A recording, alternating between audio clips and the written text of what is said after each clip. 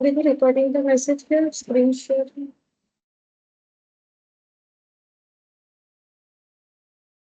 Yes ma'am. Yes ma'am. अच्छा देखो last class में हम लोगों ने इंटरेस्ट ऑन ड्राइंग्स जो है उसका रेट पढ़ा था, ठीक है। उसका मैंने कुछ कंसेप्ट बताया था कि कैसे करके याद रख सकते हो। और ये जो बिगिनिंग और एंडिंग फॉर क्वार्टर वाला था वो मैंने बोला था कि तुम लोग एक बार खुद से ट्राई करना, ठीक है। तो वो बता देंगे लास्ट में। Good morning. Good morning ma'am. अच्छा अभी देखो हम लोग कहाँ से स्टार्ट करेंगे। लास्ट हम लोगों ने क्वेश्चन कौन सा कंप्लीट किया था, शिल्पा एंड संजू वाला, ठीक है। मतलब ये वाला ना 14,400, ठीक है। अभी हम लोग इंटरेस्ट ऑन ड्राइंग्स जिसका मैंने तुम लोग को रेट लिखवाया था उसका क्वेश्चन करते हैं। देखो इंटरेस्ट ऑन ड्राइंग्स ये वाला क्या बोला है क्वेश्चन में।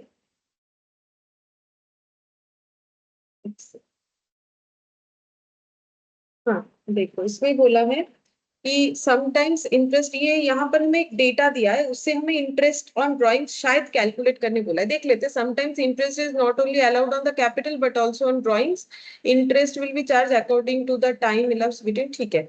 तो देखो ड्राइंग्स के केस में भी इंटरेस्ट अगर चार्ज करना है तो फैक्टर्स तो है ही, लेकिन वो तब एप्लीकेबल हो सकता है अगर हम लोग का ड्राइंग इवनली हो, अदरवाइज एप्लीकेबल नहीं हो सकता है। कहाँ चला गया मेरा जो लिखा हुआ था, ये देखो।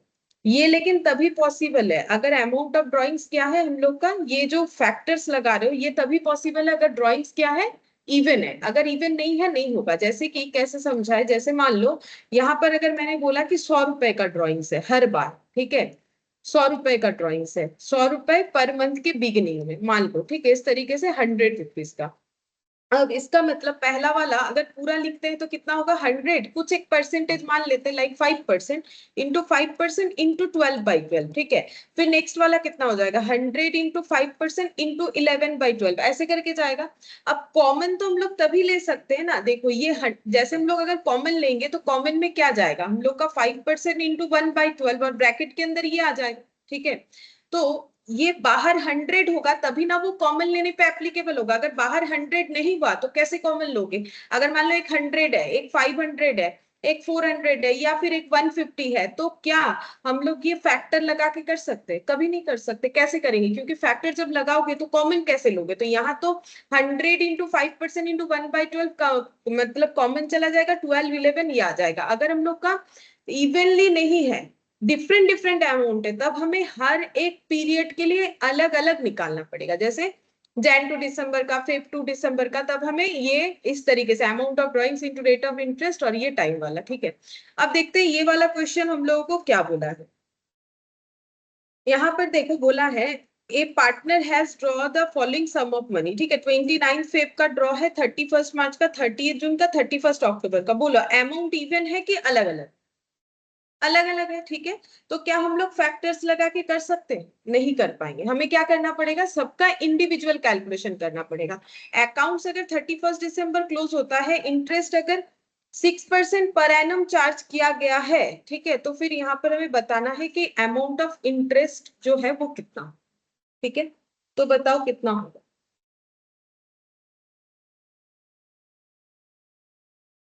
कैलकुलेट करके देखो कितना।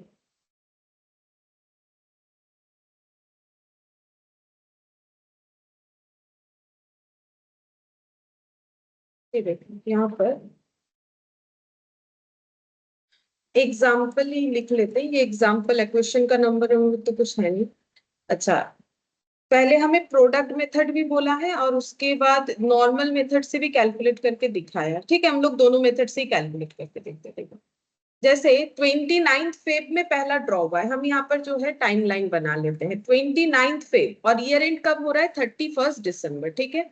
अच्छा पहला ड्रॉ हुआ है 29 फेब 500, ये फर्स्ट टाइम, ठीक है। सेकेंड कब ड्रॉ हुआ है 31 मार्च, 31 मार्च को देखो 400 का। उसके बाद 30 जून का जिसका अमाउंट हम लोग को दिया है 600। उसके बाद 800 का अमाउंट है और ये टाइम है 31 अक्टूबर का, ठीक है। 31 अक्टूबर हम लोग को इंटरेस्ट ऑन ड्रॉइंग्स निकालना है। तो ये जो इंटरेस्ट ऑन ड्रॉइंग्स है इस पे कितना मंथ होगा अलग अलग निकालेंगे ना, इस पे ये यहाँ से यहाँ तक जाएगा, फिर ये वाला जो है यहाँ से एंड तक जाएगा, और एक जो है यहाँ से यहाँ तक जाएगा। ठीक है, अब कैलकुलेट करके देखना पड़ेगा कितना कितना अमाउंट आ रहा है। ठीक है, तो कैलकुलेट करो, कैसे कैलकुलेट करोगे? पहला हो जाएगा, अगर हम लोग नॉर्मल कर रहे हैं, अभी प्रोडक्ट मेथड नहीं लगा रहे, अगर नॉर्मल कर रहे हैं, और इंटरेस्ट का रेट देखो हमें बता दिया है 6% पर एनम। ठीक है, तो बताओ 29th ऑफ फेब है, ठीक है, और 500 रुपीज है। अब एंड तो 31 दिसंबर है, बोलो टाइम कितना होगा? रेट तो ये लग जाएगा, ये तो देखो सभी में होगा, ये नेक्स्ट वाला होगा 400 × 6%, ये तो सभी में करना है। फिर 600 × 6%, ठीक है, फिर 800 × 6%, ये हो जाएगा। ठीक है, अब इनटू कितना करना पड़ेगा? हाँ, तो ये हो गया, और ये 10 हो रहा है, तो हाँ, फेब का खत्म, मार्च अप्रैल मई जून जुलाई अगस्त सितंबर अक्टूबर नवंबर दिसंबर, हाँ, 10/12, और ये 10 हो गया। उसके बाद वाला नेक्स्ट कौन सा? हाँ, ये देखो उसके बाद ही तो है ना, ये मार्च के बाद, अप्रैल मई जून जुलाई अगस्त सितंबर अक्टूबर नवंबर दिसंबर, 9/12। अच्छा, उसके बाद ये देखो जून के बाद, जुलाई अगस्त सितंबर अक्टूबर नवंबर, ये 6 मंथ्स होता है। ठीक है, और उसके बाद अक्टूबर खत्म, नवंबर और दिसंबर, 2 मंथ्स। तो ऐसे इंडिविजुअली निकाल लो, हो जाएगा। 10/12, उसके बाद वाला था 9/12, उसके बाद था 6/12 और 2/12, और देखो कितना कितना आ रहा है अमाउंट, चेक करो। 500 × 6% into 10/12, 25, 400 into 6% into 9/18 रुपीज। अच्छा, और उसके बाद 4/18, और ये हो जाएगा 6 कैंसिल आउट, ये 80 रुपीज, 8 हो रहा है, 8। अब ऐड करते हैं, 36 + 25 + 8, 60। ठीक है, तो इंटरेस्ट ऑन ड्रॉइंग्स हम लोगों ने नॉर्मल मेथड से निकाला, इसमें हम लोग फैक्टर कुछ भी लगा नहीं सकते, क्योंकि यहाँ पर पहला बात है, देखो फैक्टर तब लगता है, एक तो अमाउंट अलग होने से नहीं लगेगा, ये पहला इस पे हो जा रहा है। दूसरा बात है कि देखो कोई पैटर्न है कि इसी टाइम पे ड्रॉइंग हो रहा है, मतलब एंड ऑफ द मंथ या बिगिनिंग ऑफ द मंथ, ऐसा कुछ नहीं है। हाँ, अगर पर्टिकुलर मंथ का देखे तो एंड दिख रहा है, ठीक है, लेकिन हर मंथ में थोड़ी ना है। देखो फेब के बाद कब आ गया? मार्च, मार्च के बाद सीधा कौन सा मंथ आ रहा है? जून। तो कुछ पैटर्न तो फॉलो नहीं हो रहा है, अगर पैटर्न फॉलो नहीं होगा फैक्टराइजेशन नहीं कर सकते, एक ही तरह का पैटर्न होगा तो ही फैक्टराइजेशन पॉसिबल है। अब ये हो गया नॉर्मल मेथड। अगर इसी क्वेश्चन को हमें बोले कि प्रोडक्ट मेथड से दिखाओ, लास्ट दिन ही मैंने बोला था प्रोडक्ट मतलब हम लोग को क्या कर लेना है, अमाउंट इनटू टाइम। ठीक है, प्रोडक्ट का मतलब अमाउंट इनटू टाइम, मतलब ये और इनटू 10, ये इनटू 9, ये वाला इनटू 6, और ये वाला इनटू इतना करना है। ठीक है, तो प्रोडक्ट अगर निकालेंगे तो प्रोडक्ट कैसे निकालेंगे? देखो हम लोग एक साथ भी कर सकते हैं, अगर हम लोग ये सब का मल्टीप्लीकेशन करेंगे तो बाहर क्या बचेगा? हम लोग को बाद में क्या करना पड़ेगा? मल्टीप्लीकेशन के आंसर के साथ इंटू 6% इंटू 1/12। तो हम लोग ऐसे कर सकते हैं, 6% इंटू 1/12 को बाहर ही लिख लिया, और अंदर जो है अमाउंट इंटू टाइम कर दिया, 500 × 10। ठीक है, फिर उसके बाद वाला 400 × 9, फिर 600 × 6, और 800 × 2। अब देख लो, वही 69 ही आना चाहिए।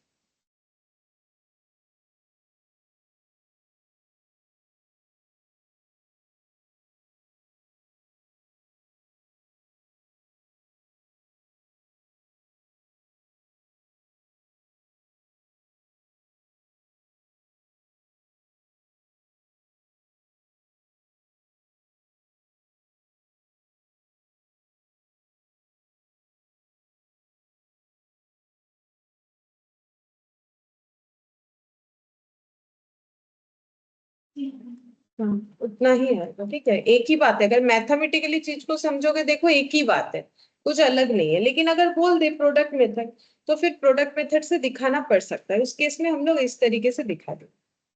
अच्छा, इसमें हमारा फैक्टर अभी फिलहाल कुछ काम आया नहीं, क्योंकि फैक्टर तभी होता अगर इक्वल होता। ठीक है। अच्छा, अब देखते हैं नेक्स्ट।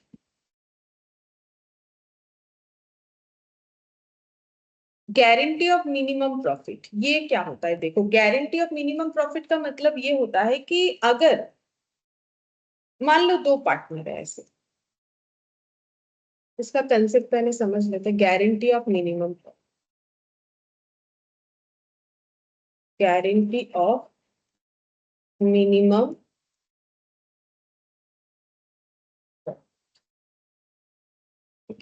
मानो दो पार्टनर है ए और बी। ठीक है। अब ये चाहते हैं कि सी को एडमिशन लेना चाहते हैं अपने फर्म में, ये सी को भी जोड़ना चाहते हैं। लेकिन सी बोल रहा है मेरा एक कंडीशन है। क्या कंडीशन है? बोल रहा है कि मुझे एक मिनिमम प्रॉफिट चाहिए, तभी हम बिजनेस में अपने आप को जो है एनरोल करेंगे। ठीक है, मुझे एक मिनिमम प्रॉफिट चाहिए। ठीक है, वो अमाउंट बता देगा, या फिर ये लोग बताएंगे कि सी बोलेगा मेरा फायदा क्या, अगर लॉस हुआ तो भी मुझे लेना पड़ेगा क्योंकि पार्टनरशिप है। ठीक है, प्रॉफिट हुआ तो भी होगा, लॉस हुआ तो भी होगा। तो ए भी ऐसा बोल सकता है कि हम लोग गारंटी देते हैं कि आपको मिनिमम 1 लाख तो देंगे ही देंगे, चाहे कितना भी प्रॉफिट हो, कम हो या लॉस हो। तो ये क्या हो गया, इन दोनों ने गारंटी लिया। अब गारंटी कौन कौन ले सकता है? गारंटी बाय पार्टनर भी होता है, गारंटी बाय पार्टनर्स होता है। पार्टनर्स का मतलब more than one partner guarantee ले सकता है। और क्या हो सकता है? गारंटी बाय पार्टनर ओनली, मतलब कोई एक पार्टनर गारंटी ले सकता है। और क्या हो सकता है? गारंटी बाय फर्म, मतलब पार्टनरशिप फर्म गारंटी ले सकता है। ये 3 तरीके का गारंटी होता है। और गारंटी का मतलब प्रॉमिस हो गया। ठीक है, अब प्रॉमिस करने से प्रॉमिस तो निभाना चाहिए। ठीक है, अब निभाना भी पड़ेगा इनको। तो अगर सी को कुछ अगर प्रॉफिट देने का बात हुआ है, चाहे वो ए की तरफ से हो, चाहे वो ए बी दोनों की तरफ से हो, या फिर फर्म की तरफ से हो, तो वो अमाउंट सी को पहले मिलेगा।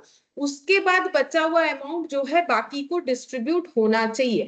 तो गारंटेड पार्टनर को फर्स्ट प्रायोरिटी मिलता है। जो गारंटेड पार्टनर होता है उसको जो गारंटी दिया गया है वो गारंटी पहले एग्जीक्यूट करना पड़ेगा, उसके बाद जो बचेगा वो बाकी पार्टनर लोगों के पास जा सकता है अमाउंट। ठीक है, उसी बेसिस पे हमें यहाँ पर 3 क्वेश्चन करना पड़ेगा। एक ही क्वेश्चन के अंदर 3 पॉइंट देके, ये तीनों पॉइंट देके क्वेश्चन को दिया गया है। ठीक है,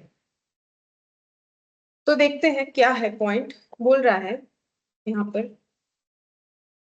कैपिटल रेशियो का भी क्वेश्चन है। ठीक है, वो हम अभी करवाएंगे। पहले गारंटी पार्टनर आ गया तो वो करवाते, वो इलास्ट्रेशन 8 में है।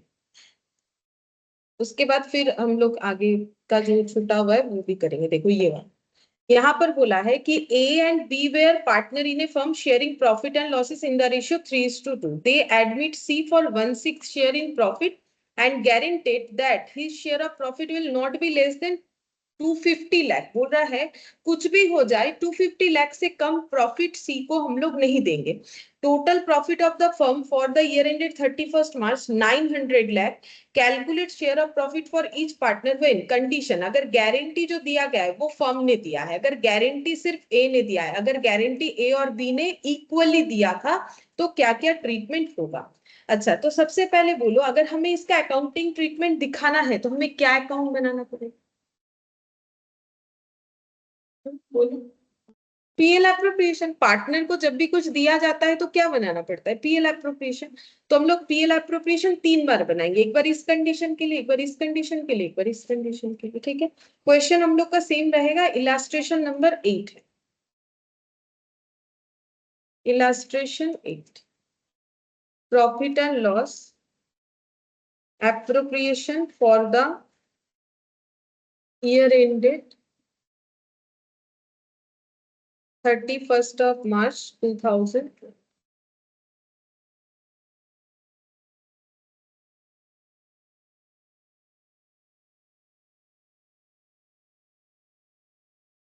अच्छा, तो सबसे पहले जो प्रॉफिट है वो हम लोग ब्रॉट डाउन करेंगे। देखो, प्रॉफिट है 900 लाख, तो बाई पीएल नेट प्रॉफिट 900 और लाख।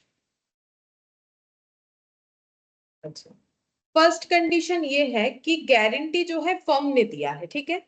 तो फर्म ने अगर गारंटी दिया है तो पहले ये सोचो कि ट्रीटमेंट क्या होगा, क्या होना चाहिए। तो देखो 900 लाख टोटल फर्म का है, ठीक है। अब इसमें किसका किसका शेयरिंग है, ए का भी है, बी का भी है, सी का भी है, लेकिन शेयरिंग का जो पैटर्न है वो थोड़ा सा अलग होगा। क्यों अलग होगा? क्योंकि इसमें गारंटी का बात हुआ था। कैसे अलग होगा? सबसे पहले सी को कितना मिलेगा, इसमें से जो 900 लाख है उसमें से सी को कितना मिलेगा? 1/6 है ना। 1/6 करने से जितना आएगा, और जो बचेगा वो किसको मिलेगा? ए और बी को। कितना रेशियो में मिलेगा? मतलब इसका तो पता है कि भाई ये 1/6 के लिए आया है, तो वही तो गारंटी लिया गया था ना, कि 1/6 में जितना होगा। गारंटी कितने का लिया गया था? कोई अमाउंट नहीं बोला है, रेशियो बताया है कि टोटल प्रॉफिट का 1/6, तो सी को 1/6 दे देंगे। बाकी बचा हुआ अमाउंट ए और बी कैसे डिस्ट्रीब्यूट करेगा अपने अंदर?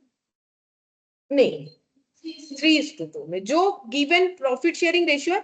हम लोग चेंज तब करेंगे अगर हमें बोलेगा कि सी के एडमिशन के बाद इनका प्रॉफिट शेयरिंग रेशियो चेंज हो गया। इनका तो वैसा ही है, ये अपना वैसा ही लेंगे 3:2। पहले इसको दे दिया जाएगा जो प्रॉमिस हुआ है कि भाई 1/6 मिल जाएगा जो भी प्रॉफिट होगा। ये कौन प्रॉमिस किया है? फर्म। तो फर्म बोल रहा है पहले सी को दे दो। अब बचा हुआ चीज आप लोग अपने अंदर वैसे डिस्ट्रीब्यूट कर लो जैसे पहले करते थे। अब पहले जैसे करते थे वैसे क्यों करें? क्योंकि क्वेश्चन में ऐसा कुछ नहीं बोला है कि सी के एडमिशन के बाद इनका शेयरिंग किसी भी तरीके से बदल रहा है। अगर क्वेश्चन बोलेगा बदल रहा है तो फिर हमें वो वाला फॉलो करना पड़ेगा, ठीक है। तो पहला क्वेश्चन इस तरीके से होगा, तो सबसे पहले सी को ही दे देते हैं, ठीक है। तो लिखो to C's capital share of profit. अच्छा, सी को क्या क्या मिलेगा? 900 लाख, वही प्रॉफिट ही मिलेगा। 900 लाख इंटू 1/6 कितना होता है देखो। नहीं, मिनिमम अमाउंट भी बताया था शायद, हाँ देखो कितना। हाँ, 1/6 करके 250 लाख होना चाहिए। अगर उससे कम हो रहा है तो फिर सब्सटीट्यूट करना पड़ेगा। पहले देखते हैं 900 लाख का 1/6 कितना होता है। अमाउंट बोला था तो अमाउंट ही फॉलो करना पड़ेगा। 150 लाख। तो क्या सी को और कुछ देना पड़ेगा? देना पड़ेगा, क्योंकि अमाउंट स्पेसिफाई कर दिया था। 250 लाख से कम नहीं मिलना चाहिए, तो 150 लाख तो मिल रहा है, तो फर्म को और कितना देना पड़ेगा? और 1 लाख, 100 लाख, 100 लाख देना पड़ेगा, ठीक है। ये कहां से ट्रांसफर हुआ? ये प्रॉफिट से हुआ, ठीक है। ये कहां से हुआ? प्रॉफिट से हुआ। ड्यू टू, क्यों देना पड़ा? Due to guarantee. ये तो उसके हिस्से में आ ही रहा था 1/6, ठीक है। मतलब इन्होंने 1/6 प्रॉफिट के लिए सी को लिया था 1/6, तो सी को वैसे भी मिलता, और गारंटी के वजह से और 100 लाख मिल गया, क्योंकि गारंटी 250 लाख का था, ठीक है। अब मुझे बोलो ये 900 लाख में से कितना चला गया?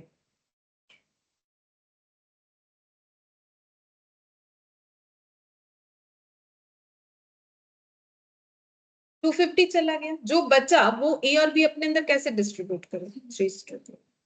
To A's capital share of profit.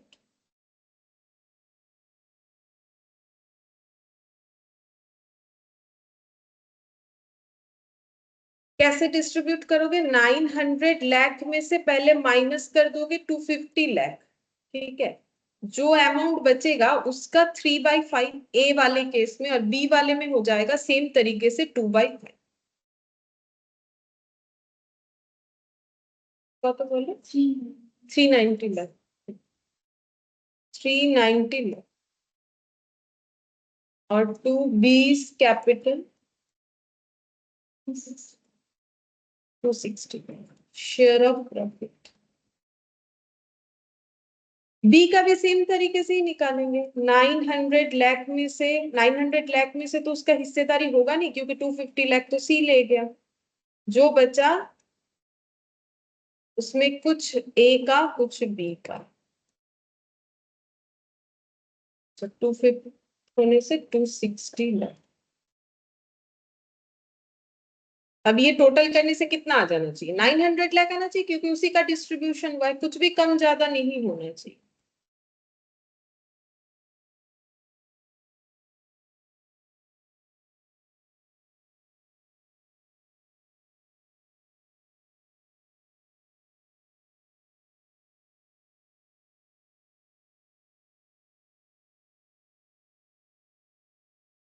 900 lakh ये हो गया, ठीक है। अच्छा, अब यही क्वेश्चन है, हमें सिर्फ कंडीशन बदल दिया, बोल रहा है कि गारंटी अगर ए ने दिया है तो क्या होगा, तो फॉर्मेट तो वैसे ही बनेगा, बनाओ फिर बताते हैं, देखो कैसे ट्रीटमेंट है।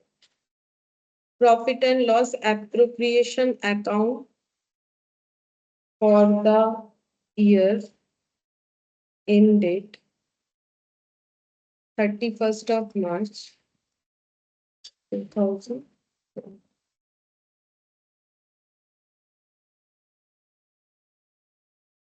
प्रॉफिट इधर ब्रॉट डाउन होगा, सेम अमाउंट ऑफ प्रॉफिट है क्योंकि क्वेश्चन ही सेम रखा है, 900 लाख। अच्छा, अभी गारंटी बोल रहा है ए लिया है, तो सी का जो भी डेफिशिएंसी होगा वो कौन देगा, ए देगा, ठीक है। सी का कितना डेफिशिएंसी होगा वो तो हमें पहले ही पता है, देखो हम लोगों ने अभी भी किया ना, कितना डेफिशिएंसी 100 लाख का, तो 100 लाख कौन देगा, ए देगा, ठीक है। तो सबसे पहले सी का ही लिखो, to C's capital share of profit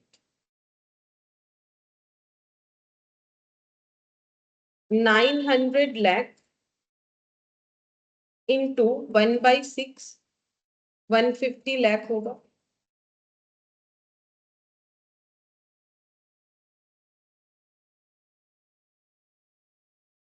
150 lakh plus deficiency borne by A, A जो बियर करेगा 100 लाख, तो यहाँ पर हो जाता है 250 लाख। अच्छा, अब नेक्स्ट यहाँ पर ए का शेयर ऑफ प्रॉफिट देखना है और बी का, to A's capital share of profit, ठीक है। अच्छा, अब ए का और बी का कितना होगा वो हम लोग को कैलकुलेट करना पड़ेगा।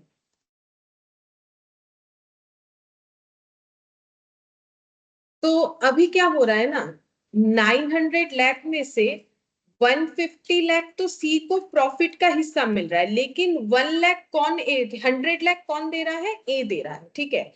तो अभी हम लोग ना ऐसा नहीं निकाल सकते हैं कि बचा हुआ प्रॉफिट का हिस्सा जैसे यहाँ पर डिस्ट्रीब्यूट कर दिया था 3/5 2/5 में, लेकिन क्या यहाँ पर ये करने से सही होगा, मतलब अगर हम लोग बचा हुआ अमाउंट, हम लोग ऐसे थोड़ी बोल सकते बचा हुआ अमाउंट कैसे दे देंगे, क्योंकि बचे हुए अमाउंट में से ए को सैक्रिफाइस करना है ना, बी को तो करना नहीं है। तो बी बोलेगा मैंने तो गारंटी नहीं लिया है, तो हम क्यों सैक्रिफाइस करें, मुझे तो उतना ही मिलना चाहिए जितना मेरा बात हुआ है, ठीक है। तो वो कैसे निकालोगे, तो देखो सी का कितना शेयर ऑफ प्रॉफिट था, 1/6, ठीक है। अच्छा, अब मुझे ये बताओ, after C's admission remaining profit कितना रहेगा, 1 - 1/6, टोटल 1 होता है जब हम लोग पार्ट में आंसर को सॉल्व करते हैं, तो ये हो गया 5/6। इसमें किसका राइट्स है, ए का और बी का, ठीक है। अच्छा, ए बी कितना कितना राइट्स शेयर करेगा वो हम लोग कैसे निकालेंगे, क्योंकि हमें क्वेश्चन पहले से ही बताया इनका प्रॉफिट शेयरिंग रेशियो 3:2 था, नया कुछ बताया नहीं, तो ओल्ड प्रॉफिट शेयरिंग रेशियो ही रहेगा, ठीक है। तो 5/6 का ए को कितना मिलेगा, 3/5, और बी को कितना मिलेगा, 2/5। बोलो समझ में आया कि नहीं, ये 3:2 में ही रहेगा ना, तो ये 5/6 का, ये तो टोटल है जो कि ए बी के पास जाना चाहिए, जिसमें से ए को कितना मिलेगा 5/6 का 3/5 और इसको कितना मिलेगा 5/6 का 2/5, तो ये कितना हो गया 15/30 और ये कितना हो गया 10/30, ठीक है। तो after C's admission new ratio कितना हो, ए बी और सी का, तो ए को मिलेगा 15/30, बी को मिलेगा 10/30 और सी का कितना है 1/6। अब रेशियो में क्या होता है, सभी बेस इक्वल होने चाहिए, तो यहाँ पर हमें कितना मल्टीप्लाई करना है 5, तो 15 10 और 5, तो रेशियो कितना बन गया 3:2:1, ठीक है।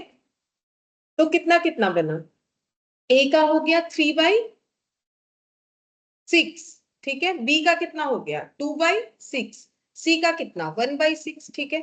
अच्छा, अब ए को जितना भी मिलेगा उसमें से ए 100 लाख देगा, तो ए को कितना मिलना चाहिए न्यू रेशियो के अकॉर्डिंग 3/6, ठीक है। तो 3/6 कितने का मिलेगा, कैसे निकालोगे बोलो, 900 लाख का ही मिलेगा। 900 लाख का ही मिलेगा, क्योंकि इस बार फर्म ने गारंटी नहीं लिया है। फर्म बोल रहा है ये 900 लाख आप लोग अपने अंदर डिस्ट्रीब्यूट कर लो, एबीसी को बोला है आप लोग अपने अंदर अपने प्रॉफिट शेयरिंग रेशियो में डिस्ट्रीब्यूट कर लो, नए वाले प्रॉफिट शेयरिंग रेशियो में। और जिसने गारंटी लिया है अगर गारंटेड पार्टनर को कम पड़ रहा है तो वो अपने आप से दे दो, ठीक है। तो यहां पर हम लोग लिखेंगे 900 लाख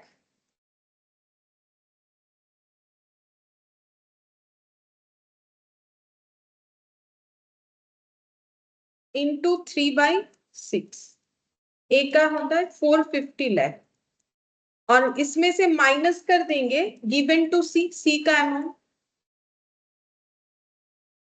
100 लाख।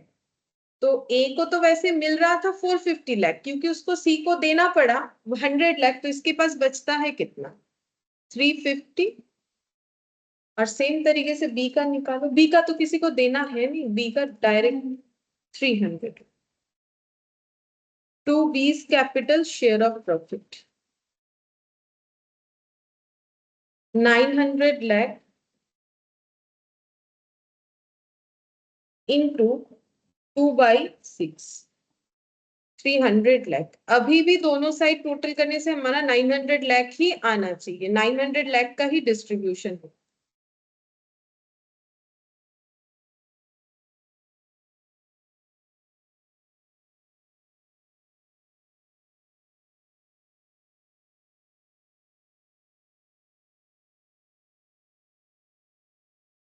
अच्छा, अब नेक्स्ट क्वेश्चन में हम लोग को बोला है कि गारंटी जो है ए बी ने इक्वली दिया है, तो फिर से स्ट्रक्चर बनाना पड़ेगा। अगर गारंटी ए बी ने इक्वली दिया है,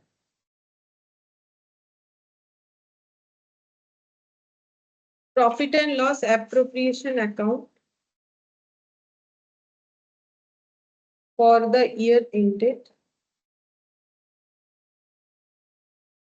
31 मार्च 2020। सबसे पहले तो ब्रॉट डाउन कर देंगे प्रॉफिट को by PL net profit 900 lakh. अभी ए और बी ने गारंटी दिया है, मतलब ये 900 लाख जो है किन में बटेगा, 900 लाख जो है फर्म का हिसाब सीधा है कि ए बी सी में न्यू रेशियो में बढ़ जाएगा। अब सी का जितना भी डेफिसिट होगा वो ए बी इक्वली दे देंगे, तो डेफिसिट तो हमें पहले से ही पता है कि कितना होता है, कितना होता है 100 लाख। तो ए अपने आप से 50 लाख देगा और बी अपने पास से 50 लाख देगा, ठीक है। तो to C's capital, to C's capital share of profit 900 lakh into 1/6 150 lakh deficiency provided by A plus deficiency provided by B। तो देखो क्योंकि क्वेश्चन हमारा सेम है तो हमें पता है 100 लाख का डेफिशिएंसी हो रहा है। 100 लाख को अगर इक्वली दो पार्ट में डिवाइड करेंगे तो कितना कितना आएगा 50 50 50 दोनों के हिस्से में आएगा। तो यहाँ पर हो जाएगा हम लोग का टोटल 250।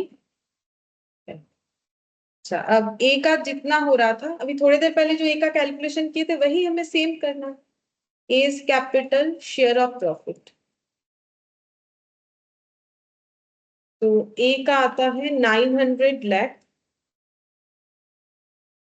इंटू 3/6 450 लाख आ रहा है। उसमें से ट्रांसफर टू सी ऐसे लिख देते हैं 50 लाख। तो अभी ए के पास इस केस में बचेगा 400 और सेम तरीके से बी का to B's capital share of profit 900 lakh into ये कितना है 2/6 है, 2/6 तो ये हो रहा है 300 और इसमें से 50 लाख ट्रांसफर टू सी कर रहे हैं।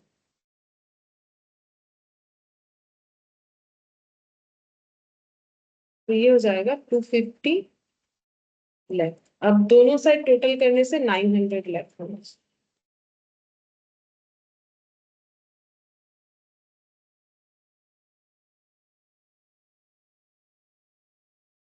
देखो सेम क्वेश्चन पे हम लोगों ने ये कंसेप्ट को क्लियर कर लिया, ठीक है। तो गारंटी कैसे कौन ले रहा है उसके ऊपर डिपेंड करेगा कि हम लोग का चेंजेस क्या क्या होना चाहिए। इसमें रेशियो करने का जरूरत क्यों नहीं पड़ा पता है, बाकी दोनों में तो करने का जरूरत पड़ा क्योंकि इसमें ये पैसा एबीसी तीनों में जाएगा ऐसा कोई गारंटी नहीं है। क्यों नहीं है? क्योंकि सी का 1/6 कैलकुलेट करने के बाद अगर कम होता है तो 900 लाख से 1/6 के अलावा भी अमाउंट जा सकता है, तो फिर बचा हुआ अमाउंट डिस्ट्रीब्यूट होना चाहिए, इस वजह से नहीं। अच्छा अब देखते हैं नेक्स्ट हम लोग क्या सीखेंगे। ये तो इलास्ट्रेशन 8 जो ऊपर हम लोगों ने गारंटी दिया हुआ था उसके भी आप में ये वाला पढ़ लिया। अब चलो देखते हैं नेक्स्ट कौन सा है। कैपिटल रेशियो कैसे निकालते हैं? तो देखो कैपिटल रेशियो निकालने का भी दो मेथड होता है। मतलब अगर फिक्स्ड कैपिटल मेंटेन हो रहा है तो मेथड वैसा होगा, अगर फ्लक्चुएटिंग हो रहा है तो वैसा होगा। अब फिक्स्ड फ्लक्चुएटिंग में फर्क क्या होगा? देखो यहाँ पर बोल रहा है पार्टनर्स में agree to share profit and losses in capital ratio. अगर पार्टनर नॉर्मली कैसे होता है रेशियो, या तो कुछ दे देगा वो लोग एग्रीमेंट में होगा या फिर इक्वली होगा, लेकिन कैपिटल रेशियो में भी अगर पार्टनर चाहे तो डीड में लिखवा सकते हैं कि हम लोग कैपिटल रेशियो में शेयर करेंगे। When capital R fix profit will be shared in the given capital ratio. But if capital R fluctuating and partner fluctuating कब होगा? कैपिटल फ्लक्चुएटिंग तब होगा अगर पार्टनर कैपिटल इंट्रोड्यूस कर रहा है बीच में या ड्रॉ कर रहा है, ठीक है। तो जो कैपिटल है वो हमारा फ्लक्चुएट करेगा। यहाँ पर फ्लक्चुएशन का मतलब कुछ पार्टनर को सैलरी वगैरह मिल रहा है वो चीज नहीं है, यहाँ पर सिर्फ कैपिटल का फ्लक्चुएशन देखना है। मतलब कैपिटल का इंट्रोडक्शन फर्दर या फिर फर्दर कोई ड्राइंग हो रहा है कि नहीं। The capital for the purpose of ratio would be determined with reference to time on the basis of weighted average method. मतलब अगर फ्लक्चुएट हुआ कैपिटल तो हमें कौन सा मेथड फॉलो करना पड़ेगा? Weighted average method. और अगर फ्लक्चुएट नहीं हुआ तो जो कैपिटल है वही रहेगा, उसमें कोई चेंजेस नहीं है, तो फिर जितना जितना कैपिटल होगा उतना उतना रेशियो निकालना, ठीक है। अब देखो क्वेश्चन है हम लोग यहाँ से समझ लेते हैं। बोला है ए बी ने पार्टनरशिप बनाया है जिन्होंने पहले 50 और 30,000 करके कैपिटल इंट्रोड्यूस किया था on 1 Jan 2019। Profit were to be shared in capital ratio. Calculate the capital ratio on the basis of following details. Capital introduce, capital withdrawal. तो ए ने इसके बाद भी कितने बार कैपिटल इंट्रोड्यूस किया है वो दिया है, और कितनी बार बी ने इंट्रोड्यूस किया है, कितनी बार ए ने ड्रॉ किया है, कितनी बार बी ने ड्रॉ किया है। तो अगर हम लोग कैपिटल रेशियो इस एग्जांपल से निकालेंगे तो हमारा कौन सा मेथड हो रहा है, फ्लक्चुएटिंग या फिर फिक्स्ड? फ्लक्चुएटिंग, क्योंकि अगर विथड्रॉल हो रहा है और उसके साथ साथ हमारा इंट्रोडक्शन भी हो रहा है तो फिर हम लोग का फ्लक्चुएटिंग मेथड आएगा। अब हमें कौन से मेथड से करना है? देखो यहाँ पर हम लोग प्रोडक्ट मेथड से भी कर सकते हैं, ऐसे भी कर सकते हैं, लेकिन ये क्वेश्चन हमें प्रोडक्ट मेथड से ही देता है, ठीक है। चलो कैपिटल रेशियो ये वाला जो एग्जाम्पल है ना इसका कैपिटल रेशियो निकाल, चलो देखते हैं कितना आएगा।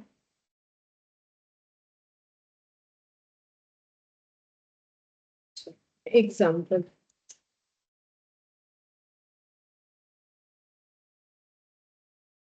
अच्छा सबसे पहले देखो कैपिटल 50,000 इंट्रोड्यूस हुआ था ए के तरफ से, ठीक है। तो वो डेट था 1/1/19। कितना इंट्रोड्यूस हुआ था? 50,000।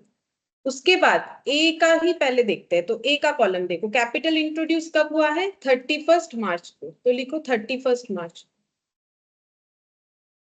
31 मार्च को कैपिटल इंट्रोड्यूस हुआ है, तो कैपिटल इंट्रोड्यूस हुआ है, अमाउंट है हम लोग का +5,000 से बता रहे, ठीक है। प्लस करने से इंट्रोड्यूस दिखा रहे।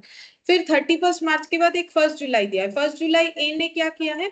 ए ने इंट्रोड्यूस तो कुछ नहीं किया है लेकिन एक विथड्रॉल किया है। ए का कॉलम देख रहे हैं हम, सिर्फ ए का कॉलम देख रहे हैं, अभी बी का नहीं देख रहे हैं। तो 1 जुलाई में ए ने विथड्रॉल किया है 3,000, तो यहाँ पर लिखो 1 जुलाई 19 विथड्रॉल किया है 3,000। अच्छा 1 जुलाई के बाद ट्रांजैक्शन डेट है 1 सितंबर। ए ने इंट्रोड्यूस किया है 5,500, तो 1 सितंबर इंट्रोड्यूस, तो हम प्लस साइन से दिखा रहे हैं 5,500। उसके बाद 1 नवंबर देखो ए ने विथड्रॉल किया है 4500, 1 नवंबर विथड्रॉल किया है 4500 और 31 दिसंबर तक हमें इसका अकाउंटिंग करके दिखाना है, हमें कैपिटल रेशियो निकालना है, ठीक है। अब फ्लक्चुएटिंग है तो कौन सा मेथड लगाएंगे, वेटेड एवरेज। अभी हम लोगों ने देखा, अब ये वेटेड एवरेज मेथड कैसे लगा सकते हैं, देखो तो हमें पता होना चाहिए कैपिटल का अमाउंट कैसे चेंज हुआ है। तो सबसे पहले हम लोग 3 कॉलम बनाएंगे, पहला कॉलम है कैपिटल, ठीक है, रुपीज में कैपिटल को लिखेंगे। तो कैपिटल का बताओ पहले कितना था कैपिटल, स्टार्टिंग में 50,000, ठीक है। उसके बाद कैपिटल का ट्रांसफॉर्मेशन होके 50,000 से कितना हुआ 55,000, उसके बाद 52,000 लेस हो गया। अच्छा उसके बाद 57,500 और उसके बाद माइनस हुआ फिर से 53,000। तो ये हम लोग का कैपिटल का चेंजेस हुआ, ऐसे ऐसे फ्लक्चुएट हुआ, पहले 50, फिर 55, फिर 52, 57, 500, 53, मतलब इंक्रीज डिक्रीज इस पैटर्न में चल रहा था। अब हम लोग को देखना है कितने मंथ के लिए कौन सा अमाउंट यूज हुआ। तो नेक्स्ट कॉलम का नाम होगा months for which capital used, for which capital used. अच्छा तो 50,000 कितने मंथ के लिए यूज हुआ, यहां से यहां देखने से ही पता चला 3 मंथ्स। फिर 55 होने के बाद कितना दिन वो चला, अप्रैल मई जून, फिर से 3 मंथ्स, जुलाई का 1 तारीख है। फिर माइनस होने के बाद ये जो 52 हुआ वो कितना दिन चला, 2 मंथ्स, ठीक है, ये 2 मंथ्स चला। फिर एड ऑन होने के बाद जब 57,500 हुआ वो कितने दिन चला, 2 मंथ्स, 2 मंथ्स, सितंबर अक्टूबर, हाँ 2 मंथ्स। अच्छा और उसके बाद जब लास्ट में ये 53,000 हो गया तो कितना मंथ चला, 2 मंथ्स, ठीक है। ये टोटल 12 होने से ही सही बात, देखो 3, 3, 6, 7, 8, 9, 10, 11, क्योंकि पूरा ईयर है ना, फर्स्ट से लेके दिसंबर तक। तो months for which capital used, तो वो डेटा हम लोगों ने कैलकुलेट कर लिया। अब लिखो 3, 3, 2, 2, 2, तो यहाँ पर लिखते हैं, इसके आगे 3 लिखेंगे, इसके आगे भी 3 लिखेंगे, फिर 2, अगेन 2, फिर से 2। अच्छा अब यहाँ पर प्रोडक्ट, तो प्रोडक्ट का मतलब क्या होता है, हर जगह पे वही होगा, अमाउंट इनटू टाइम, ठीक है। प्रोडक्ट का मतलब अभी थोड़ी देर पहले भी हम लोगों ने यूज किया अमाउंट इनटू टाइम, यहाँ पर भी वही। तो पहला प्रोडक्ट कितना होगा, अमाउंट कितना है 50,000, टाइम कितना है 3 मंथ्स, तो टोटल करना 1,50,000, 55 इंटू 3 166, 52 इंटू 2 104। अच्छा 57,500 इंटू 2 115। अच्छा और ये हो जाएगा 6 और 10 106। अब प्रोडक्ट का तो हमेशा टोटल करना पड़ता है, ठीक है, तो टोटल करो देखो कितना आता है।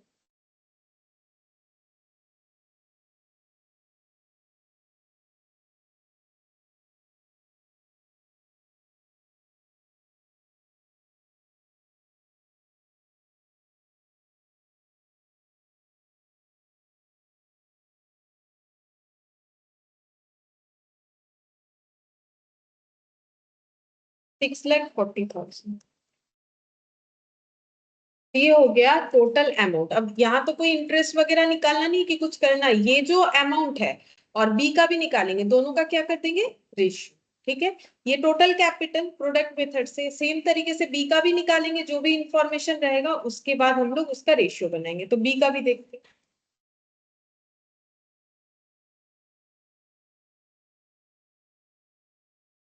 बी का भी इंट्रोडक्शन तो 1119 में ही था 30,000। उसके बाद ट्रांजैक्शन डेट देखो वही लिखो जो ए का था, क्योंकि ट्रांजैक्शन डेट सबका सेम है, 31 मार्च, 1 जुलाई, 1 सितंबर, 1 नवंबर, अमाउंट अलग है। 31 मार्च, 1 जुलाई और 1 नवंबर और लास्ट में 31 दिसंबर। ठीक है, अब विथड्रॉल है कि डिपॉजिट है वो देखना पड़ेगा, देख लेते हैं। 31 मार्च को बी का क्या हुआ था, देखो 31 मार्च को बी ने जो है विथड्रॉल किया, तो विथड्रॉल कॉलम में दिख रहा है -2000। उसके बाद 1 जुलाई को बी का कॉलम में देखते हैं 9000 डिपॉजिट किया था, तो +9000।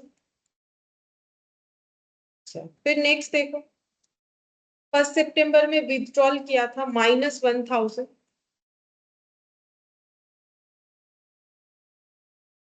-1000। और लास्ट जो डेट है, और एक डेट होगा ना, वो इट 9 1 सितंबर और एक 1 नवंबर। अच्छा, 1 नवंबर में इंट्रोड्यूस किया है 4000। अब इनका भी मंथ वही होगा जो ए का आया था, है ना, इनका भी मंथ वही होगा, क्योंकि देखो सेम क्वेश्चन है, सेम अमाउंट रखा है, तो मंथ और हमें अलग से कैलकुलेट नहीं करना पड़ेगा। पहला 3 मंथ मतलब चेक करने का जरूरत नहीं, देख देख के लिख सकते हैं। उसके बाद वाला भी 3, फिर उसके बाद तीनों ही 2 2 2। ठीक है, सेम तरीके से कैपिटल, टाइम और प्रोडक्ट निकालो। कैपिटल कॉलम, टाइम और प्रोडक्ट। मैंने और इस कॉलम को ज्यादा लिखा नहीं, इलाबोरेट करके एक दिखा दिया है, मैंने सिर्फ टाइम लिख दिया।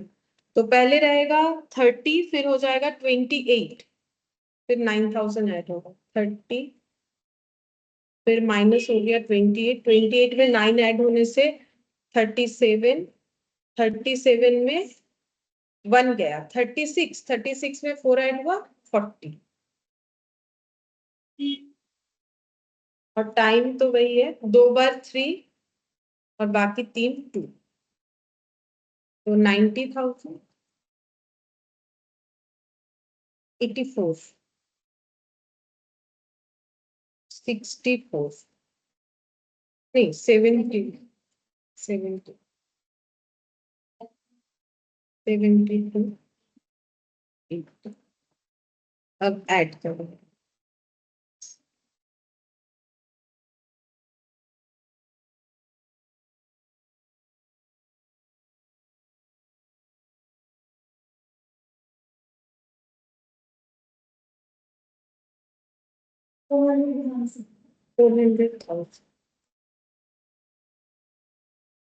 मतलब 4 लाख, 4 लाख आंसर आ रहा है। ठीक है, अब हम लोग निकाल लेते हैं capital ratio. Capital ratio for A and B. Capital ratio A is to B. A का 6,40,000, बी का 4 लाख। तो ये 64, ये 40। अब इसको और सिंप्लीफाई कर लेते हैं। 8, हाँ 8:5, 8 8 से 64, 8 5 40। ठीक है, तो अगर वेटेड एवरेज मेथड का मतलब यही हो गया, क्योंकि हम लोग वेट दे रहे हैं ना, ये देखो ये वेट मल्टीप्लाई।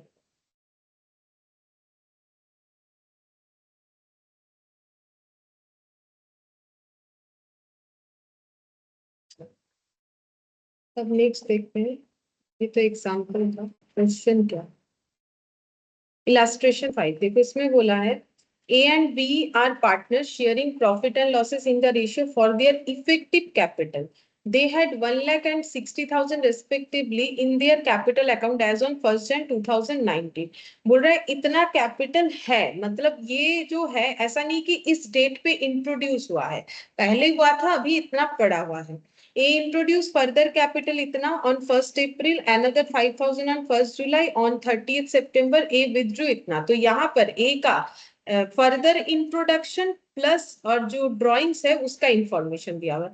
1 जुलाई बी ने इंट्रोड्यूस किया है इतना। The partner Drew the following amounts in anticipation of profit. ठीक है, तो प्रॉफिट के अगेंस्ट में पार्टनर ने क्या क्या ड्रू किया है। ए Drew 1000 per month at the end of each month, मतलब यहाँ पर जो दिया है उसके बाद भी ए ने क्या किया है, 1000 रुपए हर month beginning from Jan 2019। B ने विथड्रू किया है 1000 on 30th June 5,000 on 30th September, 12% interest on capital allowed, 10% interest on drawing is chargeable, date of closing 31st December, calculate करने बोला है, प्रॉफिट शेयरिंग ratio, interest on capital, interest on drawings, ठीक है।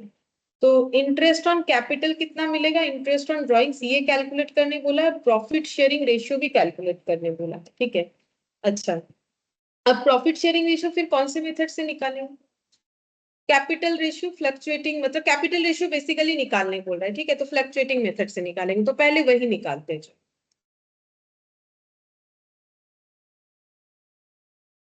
Illustration 5, calculation of profit शेयरिंग ratio, calculation of profit शेयरिंग ratio. तो ए यहाँ पर लिखते हैं पार्टनर, एक ही कॉलम में सभी का बनाते हैं, यहाँ लिखो कैपिटल जो कि रुपीस में रहेगा, मंथ्स यूज्ड इन बिजनेस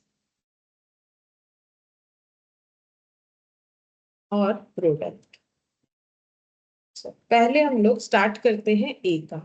अच्छा, ए का कैपिटल कितना था, अब हमें क्वेश्चन पढ़ पढ़ के देखना पड़ेगा, और हम ड्रॉ करके नहीं दिखा रहे। देखो ए का कैपिटल सबसे पहले 1 लाख दिख रहा है, तो पहले 1 लाख लिखेंगे, ठीक है।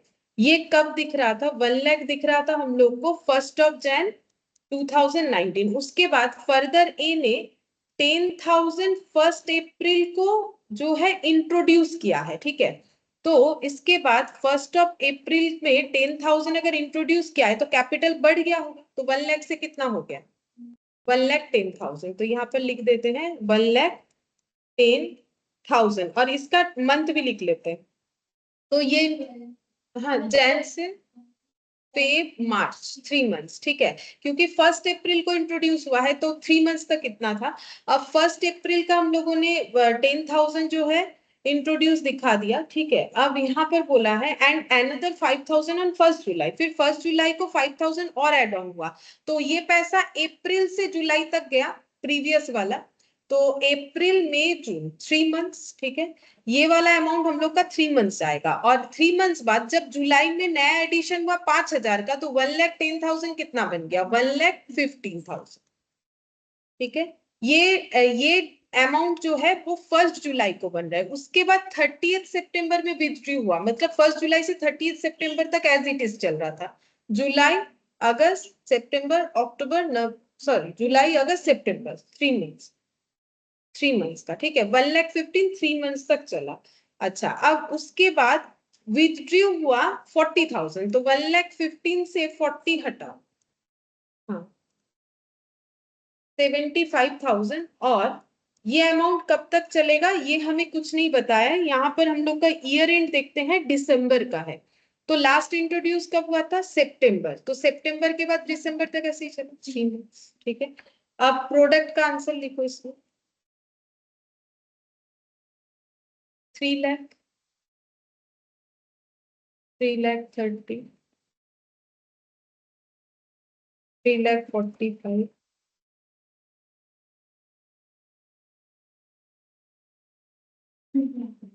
2,25,000, और टोटल भी कर लो,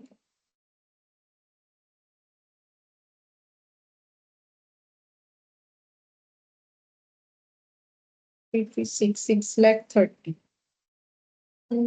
12 लाख, अच्छा टोटल 12 लाख है। सेम तरीके से हम लोग बी का भी लिख लेंगे, ठीक है। बी का कैपिटल इंट्रोडक्शन क्या था, तो बी का सबसे पहले देखो 1 जैन था उसमें 60,000 था, तो ये वाले कॉलम में चला जाएगा, कैपिटल कॉलम में 60,000। अब देखते हैं उसके बाद उनका चेंजेस कब हुआ, तो यहाँ पर 1 जुलाई को पहले बार चेंजेस हुआ, मतलब जैन से लेके 1 जुलाई तक सेम था, तो 6 मंथ्स, तो यहाँ पर हो जाएगा 6 मंथ्स, जैन फेब मार्च अप्रैल मई जून, जुलाई का 1 तारीख, ठीक है। और जुलाई की 1 तारीख को इंट्रोडक्शन हुआ था 30,000 का, तो 1 लाख कितना बन जाएगा, 1,90,000, ओ 60 थे के 30, अच्छा सॉरी, पहले 90, हाँ 90 हो जाएगा। और इसके बाद ना बी का कैपिटल का कुछ भी नहीं हुआ था, ठीक है। ये बाकी जो दिया हुआ है ड्राइंग्स का दिया हुआ है, ठीक है। ये देखो कैपिटल का दिया हुआ था, ये इसमें ड्राइंग्स का नहीं था, तब मैंने शायद बता दिया था यहाँ पर। हाँ ड्राइंग्स का अमाउंट दिया है लेकिन मंथली वाला नहीं दिया है, ओवरऑल दिया है यहाँ पर भी कैपिटल। अच्छा बी का कोई ड्राइंग्स इस तरीके का नहीं है। ये कंप्लीट हो गया तो ये भी कितना हो जाएगा 6 मंथ्स। अब इंटू करो 3,60,000 5,40,000 8 एक 9,00,000। अब रेशियो निकाल लो, कैपिटल रेशियो, मतलब जो कैपिटल रेशियो है वही उनका एक्चुअली प्रॉफिट शेयरिंग रेशियो है, दैट इज प्रॉफिट शेयरिंग रेशियो। हमें प्रॉफिट शेयरिंग रेशियो को निकालने बोला था। अब प्रॉफिट शेयरिंग रेशियो तो नॉर्मली दिया हुआ रहता है और कुछ तो हमें अलग बताया नहीं, तो हम लोगों ने कैपिटल बेसिस पे कर दिया। ए इज टू 12,00,000 और 9,00,000 4:3। अच्छा इसके बाद नेक्स्ट पूछा है इंटरेस्ट ऑन कैपिटल निकालना है, ठीक है। तो नेक्स्ट हेडिंग करेंगे calculation of interest on capital.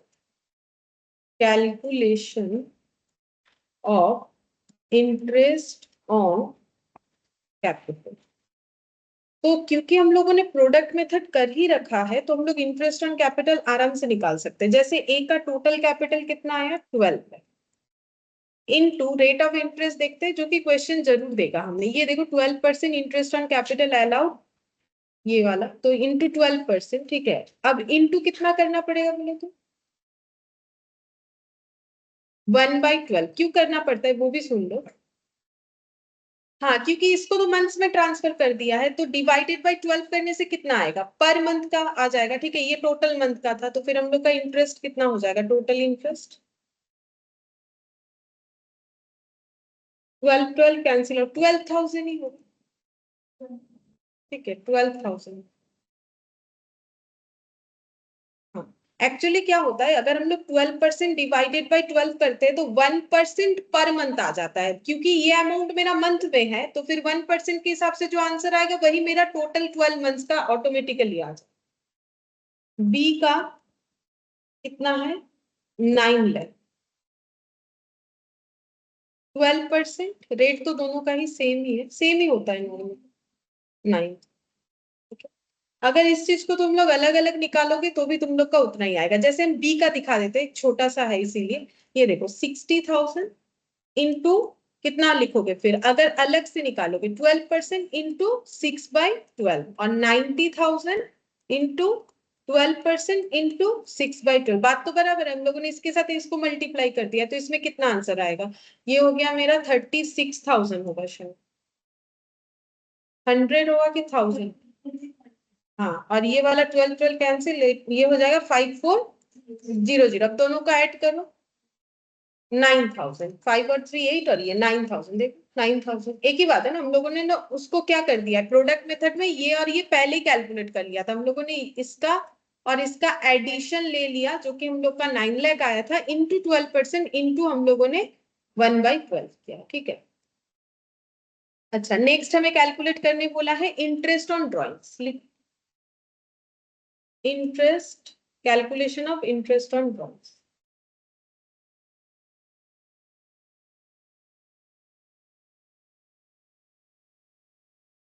Calculation of interest on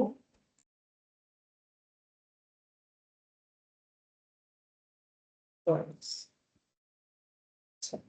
interest on drawings कैसे निकालेंगे देखो, देखते हैं कितना इंटरेस्ट ड्रॉइंग्स कितना हुआ है। ए Drew 1,000 per month at the end of each month beginning from Jain 2019। तो बोलो इक्वल ड्रॉइंग है कि अनइक्वल है, इक्वल है तो हम लोग फैक्टर लगा सकते हैं। तो 1000 पर मंथ है, ठीक है। तो यहाँ पर लिखेंगे कितना 1000 इनटू रेट ऑफ ड्रॉइंग्स का रेट कितना इंटरेस्ट का 10%, ठीक है। ये 10% पर एनम है तो इंटू 10% कर दिया, इंटू फैक्टर लगाएंगे कितना होता है बिगिनिंग का, नहीं बिगिनिंग का नहीं at the end of each 5.5, ठीक है 5.5 होगा। अब इस पे देखो कितना आंसर।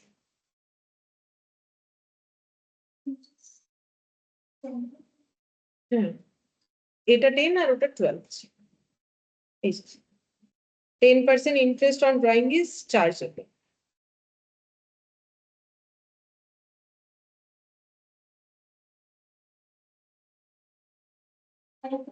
5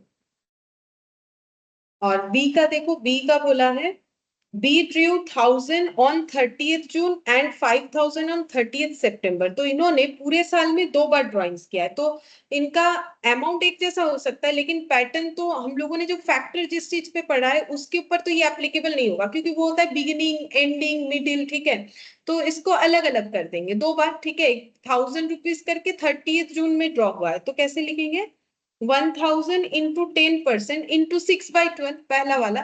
क्योंकि देखो यहाँ पर बोला है 30th जून, तो 30th जून से लेके कितना तक जाएगा। हाँ, तो जून के बाद जुलाई अगस्त सितंबर अक्टूबर नवंबर दिसंबर 6 मंथ्स हो गए, तो इसमें कितना आएगा देखो 500 यानी कि 50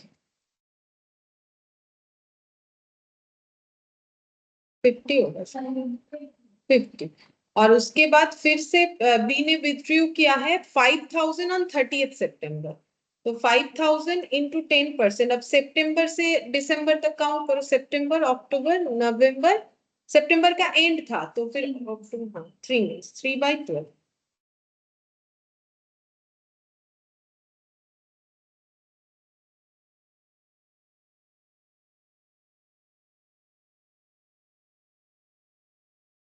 टोटल मैंने 125, टोटल हो जाएगा 175। ठीक है, ये हो गया हम लोग का बी का calculation, calculation of interest on borrowing।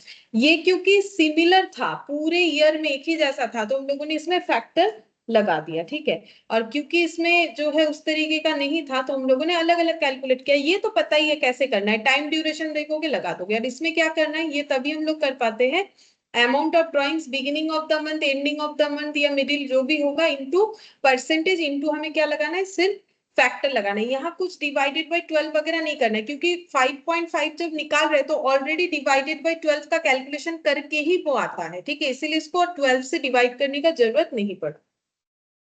ठीक है, तो ये वाला क्वेश्चन बस इतना ही पूछा था। ठीक है, ये कंप्लीट है। नेक्स्ट देखते हैं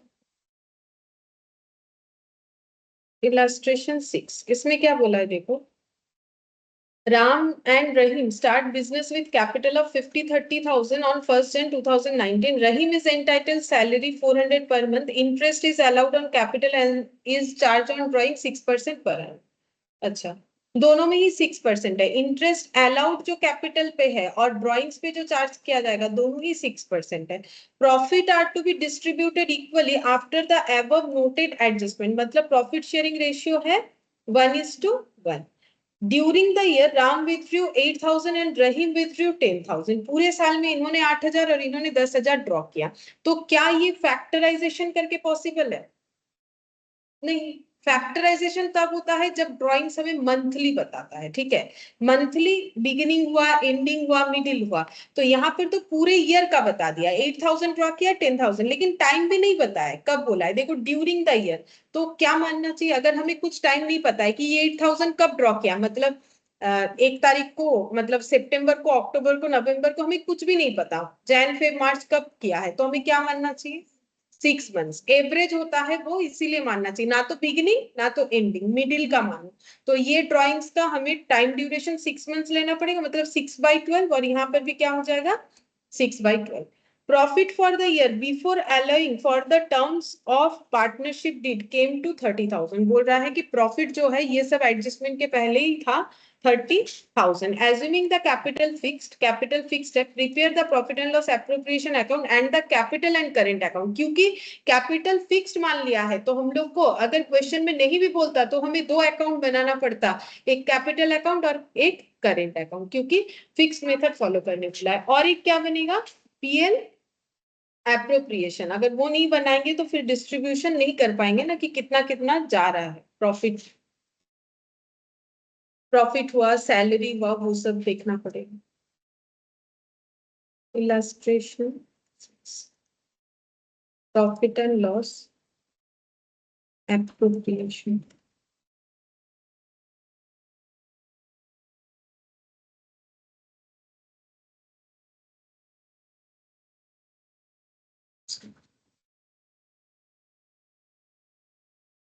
और कैपिटल और करेंट अकाउंट, चलो वो भी बना लेते हैं, कैपिटल और करेंट अकाउंट वो भी एक साथ बना लेते हैं।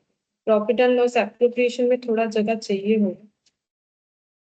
उसके बाद partners capital account,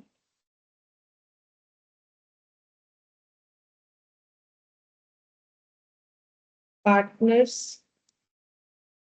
capital account,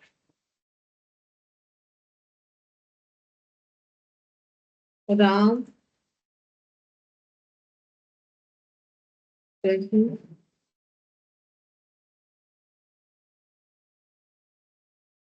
current account, partners current account.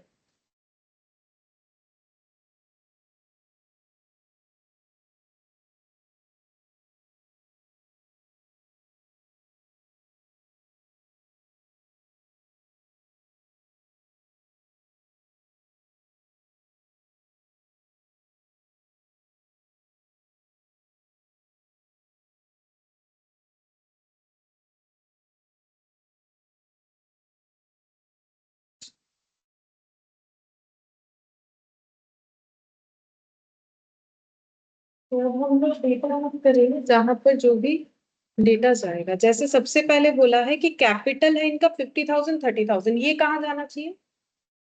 Capital account में। बिजनेस बोला है स्टार्ट किया है, तो कैपिटल अकाउंट में क्या लिखना पड़ेगा? By cash, cash to capital ना, बाई कैश 50,000 और 30,000 यहाँ पर लिखिए। कैपिटल अकाउंट में डेट भी लिख सकते हैं, अगर डेट कॉलम बनाए हो तो। ये डेट है 1 Jan 90, बाई कैश या बैंक, बैंक लिख दो, ठीक है। नॉर्मली सभी कंपनी अकाउंट्स और पार्टनरशिप में नॉर्मली बैंक का ज्यादा यूज होता है।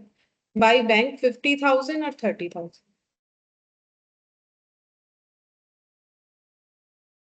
ये पहला पोस्टिंग हुआ, ठीक है। उसके बाद देखो बोल रहा है Rahim is entitle to salary 400 per month. तो रहीम को अगर सैलरी देंगे तो वो कहां पर जाएगा? PL appropriation account debit to Rahim's capital बोल के। लेकिन क्या कैपिटल जाएगा कि करेंट जाएगा? टू रहीम्स करेंट अकाउंट, क्योंकि हम लोग का फ्लक्चुएशन मेथड है। कैपिटल के अलावा बाकी सारा चीज करेंट अकाउंट में जाना चाहिए। सॉरी, हम लोग का फिक्स्ड मेथड है। तो हम लोग क्या लिखेंगे? टू रहीम्स करेंट अकाउंट यहाँ पर, और हाइफन देके salary. To Rahim's current account, hyphen देके सैलरी, और अमाउंट हो जाएगा 400 पर मंथ था तो पूरे साल का लगाना। हाँ, 400 इंटू 12 करके 4,800। और इसका पोस्टिंग कहाँ करोगे? करेंट अकाउंट में। बाई पीएल एप्रोप्रिएशन बोल के, by PL appropriation salary,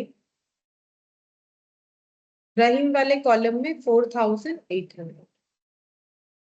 okay. Second transaction का posting, interest is allowed on capital और ड्राइंग्स दोनों पे इंटरेस्ट चार्ज होता है। Profit are to be distributed equally during the year. Ram withdrew 8,000 and Rahim withdrew 10,000, तो दोनों पे इंटरेस्ट लगेगा 6%। अभी अभी डिस्कस किया, कुछ टाइम नहीं बताया था, तो हम लोग इसको 6/12 मानेंगे। ये लिखना कहाँ पड़ेगा? अगर इंटरेस्ट ऑन ड्राइंग्स तो इनकम है, लास्ट दिन लिखवाया था ना, इनकम है बिजनेस का, तो फिर वो क्रेडिट साइड में लिखेंगे, ठीक है। तो क्रेडिट साइड में, लेकिन ब्रॉट डाउन प्रॉफिट अभी तक नहीं लिखा है, तो उसके लिए एक लाइन जगह रख दो, और नीचे क्या लिखना पड़ेगा? By Ram's current account. Current account यहां भी लिखना पड़ेगा, ठीक है। Interest on drawings, interest on drawings. अच्छा, राम ने कितना ड्रॉ किया है? 8,000 इंटू 6% इंटू 6/12। परसेंटेज दोनों में सेम है, कैपिटल हो या फिर drawings. By Rahim's current account interest on drawings.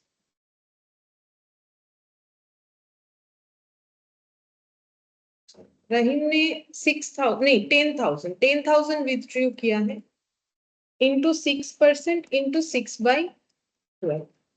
देखो कितना अमाउंट आ एक तो 240 300। अच्छा, अब ये दोनों अमाउंट हमें क्रॉस पोस्टिंग कर देना है करेंट अकाउंट में, टू पीएल एप्रोप्रिएशन बोलते हैं, यहाँ पर लिखते हैं to PL appro interest on drawings 240 और इधर हो जाएगा 300, 240 300। अच्छा, अब नेक्स्ट देखते हैं क्या ट्रांजैक्शन है। The profit for the year before allowing the terms of the partnership came to 30,000। ये कहाँ लिखोगे? पीएल एप्रोप्रिएशन में ब्रॉट डाउन करना पड़ेगा बाई पीएल नेट प्रॉफिट बोल के 30,000 by PL net profit brought down 30,000।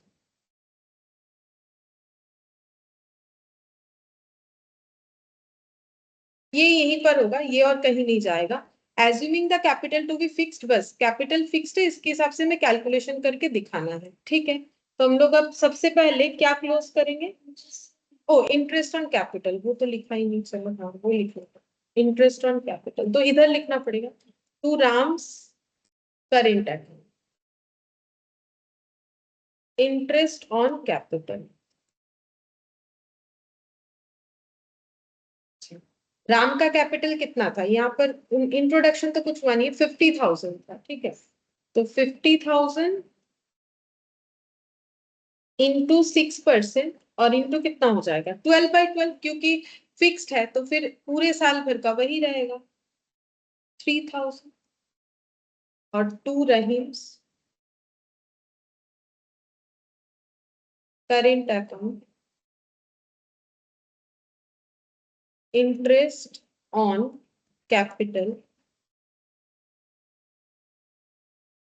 30,000 था रहीम का, रेट वही है सेम, टाइम भी वही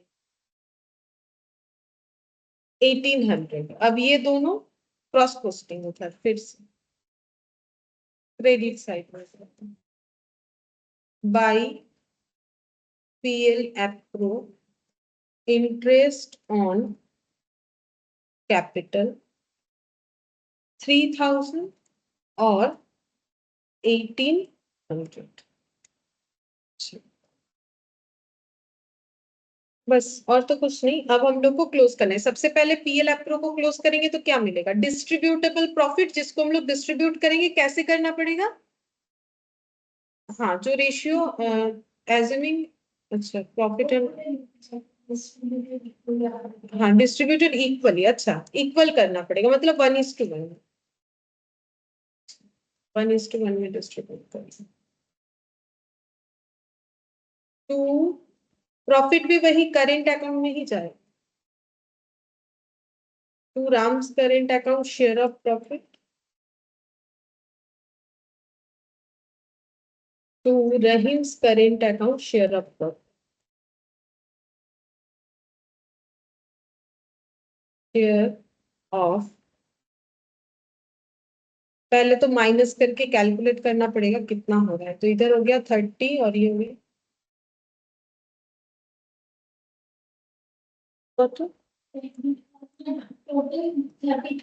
540, 20,009, 20,940 इंटू हाफ, इधर हाँ 10,470,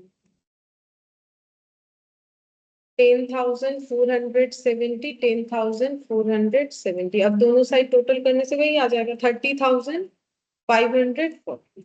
अच्छा, अब इसका क्रॉस पोस्टिंग करेंगे वही करेंट अकाउंट में by profit and loss appropriation share of profit, by profit and loss appropriation share of profit.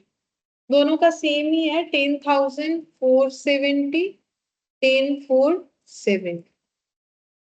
Okay, अच्छा अब हम लोग कैपिटल अकाउंट को क्लोज कर लेते हैं। कैपिटल अकाउंट तो, अच्छा ड्राइंग्स लिखना पड़ेगा, ठीक है चलो। कैपिटल अकाउंट में नहीं, ड्राइंग्स यहाँ पर नहीं लिखेंगे, फिक्स्ड कैपिटल ওইটাতে লিখবো। करंट को, ठीक है, अगर लिखना है तो वहां लिखेंगे। तो यहाँ पर क्लोज करते थे, इसका टाइम क्या है 31 दिसंबर 19 टू बैलेंस CD। अच्छा कितना हो जाएगा 50,000 और ये 30,000, 50,000, 30,000, 50,000, 30,000। सब और ड्राइंग्स का अमाउंट कितना कितना था वो हम लोग उधर लिखेंगे। ड्राइंग्स था 8,000 और 10,000, ये हम लोग इधर लिखेंगे। टू क्या बोल के लिखना पड़ेगा, ड्राइंग्स 8,000 और 10,000। अब हम लोग क्लोज करके देखेंगे कि इनका कैपिटल बैलेंस कितना है। 13,470 राम का टोटल आया था, लेकिन उसमें से 240 माइनस हो जाएगा ड्राइंग्स के लिए और 8,000 विथड्रॉ कर लिया, तो बैलेंस कितना बचे।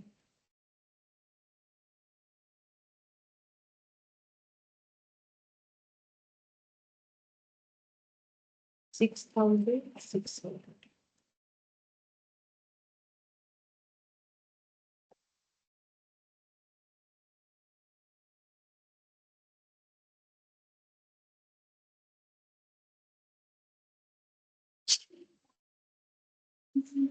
5,230, 6,700।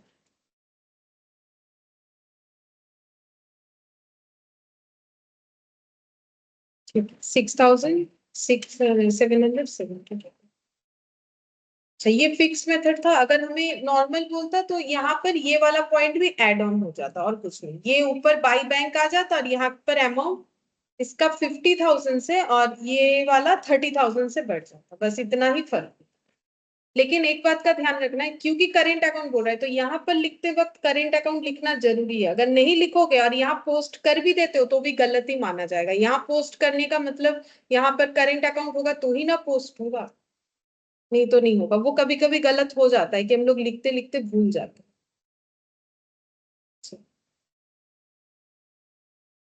इलास्ट्रेशन 7 जो है ना ये भी कंप्लीट हो गया, इसलिए क्योंकि पहले इन्होंने इलास्ट्रेशन 6 में ना बोला तो था कि पीएल एप्रो बनाओ और कैपिटल करेंट अकाउंट, लेकिन इलास्ट्रेशन 6 में बस पीएल एप्रो को सॉल्व किया है, उसके बाद 7 में अलग से कैपिटल अकाउंट बनाया।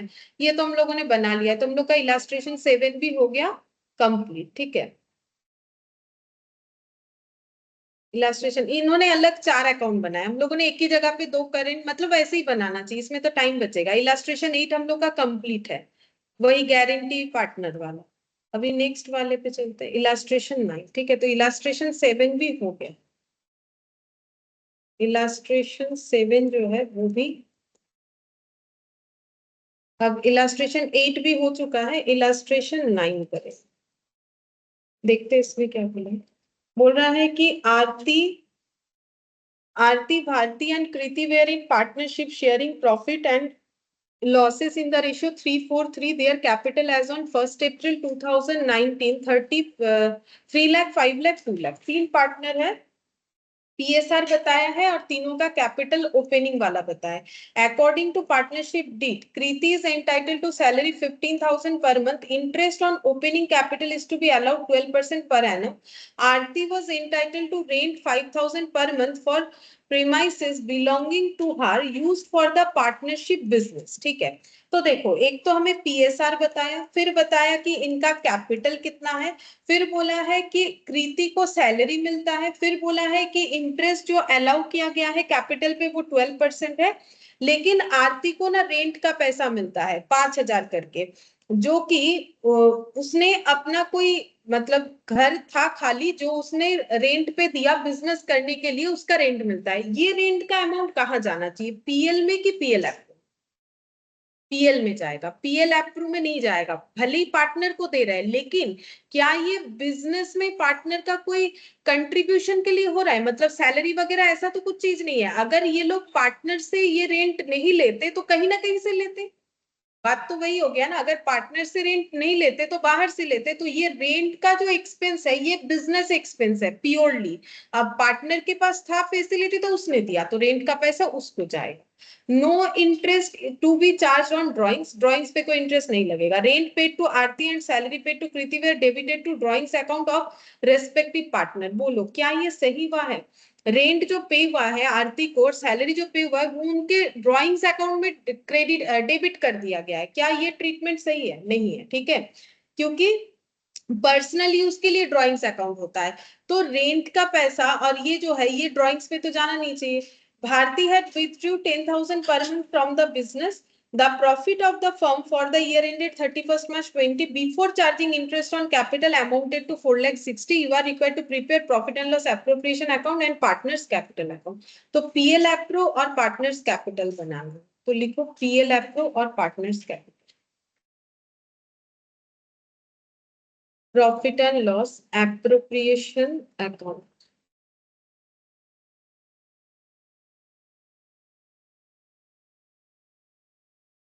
और कैपिटल अकाउंट, पार्टनर्स कैपिटल।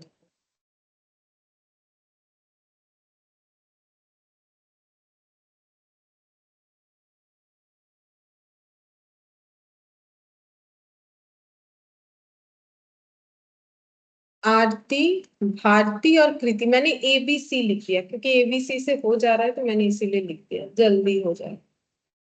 अच्छा,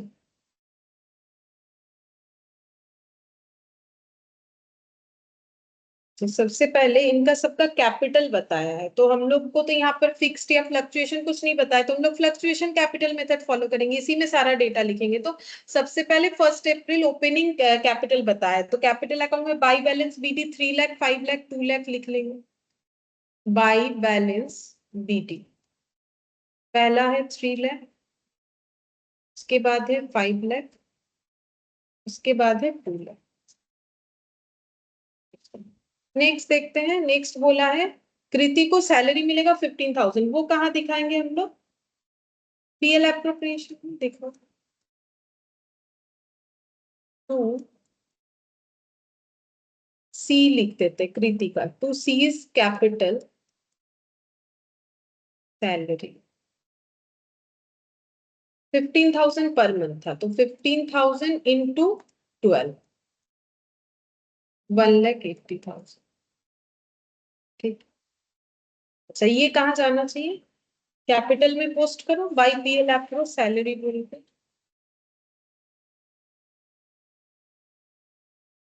एक ही पार्टनर का जाएगा 1,80,000 कृति के अकाउंट में, 1,80,000। अच्छा, नेक्स्ट देखते हैं क्या बोला।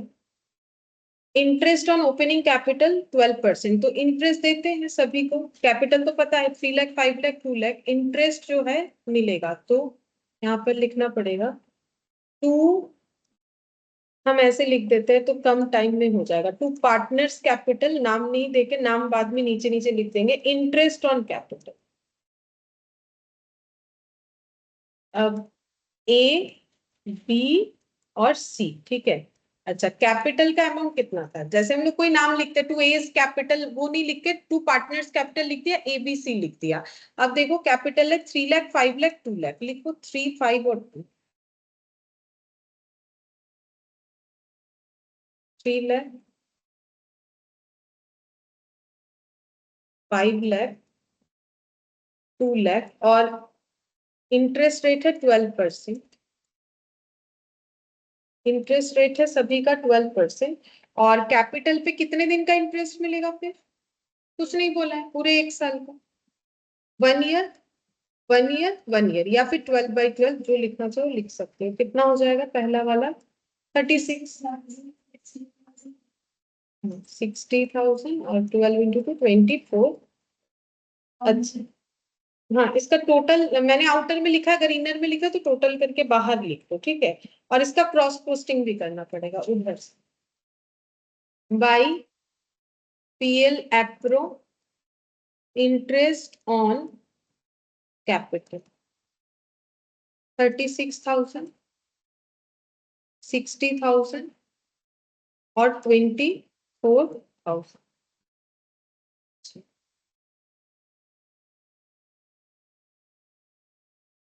नेक्स्ट देखते हैं, बोल रहा है Aarti was entitle to rent 5,000 per month for premises belonging to हार।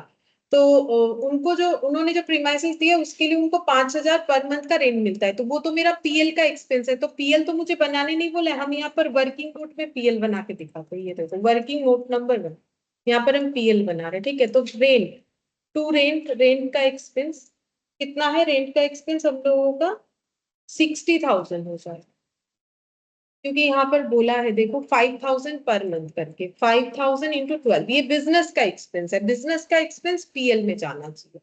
अच्छा, नेक्स्ट देखते हैं ये वाला, यहाँ पर रेंट हो गया, रेंट का ये वाला मैंने एडजस्टमेंट बताया कहाँ पर दिखाना है। फिर बोल रहे no interest charge on drawings, ठीक है। Rent paid to Aarti and salary paid to Kriti, ये इन्होंने कुछ गलत कर रखा है, ड्रॉइंग्स में दिखा रखा है भारती ने ड्रॉ किया इतना पैसा, प्रॉफिट बोला है कितना था before charging interest on capital कितना था, 4,60,000, ठीक है। तो नेट प्रॉफिट कितना था,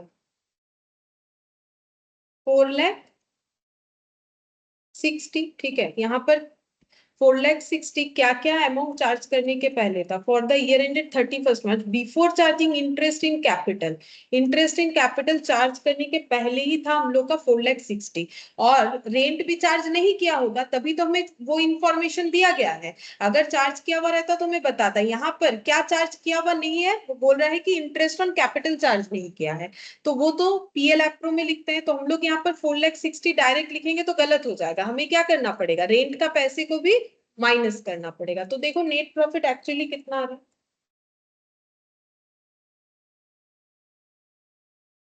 4 लाख।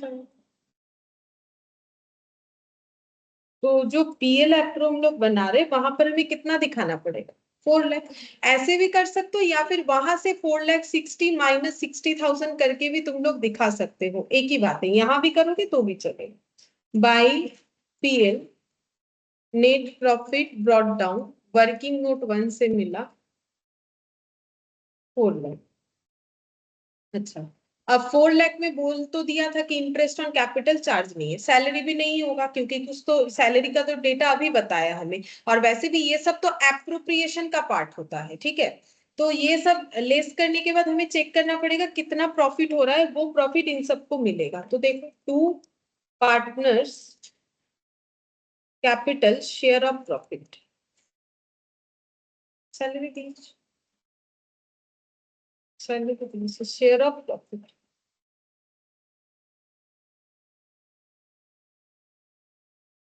अच्छा कितना हो रहा है ये वाला,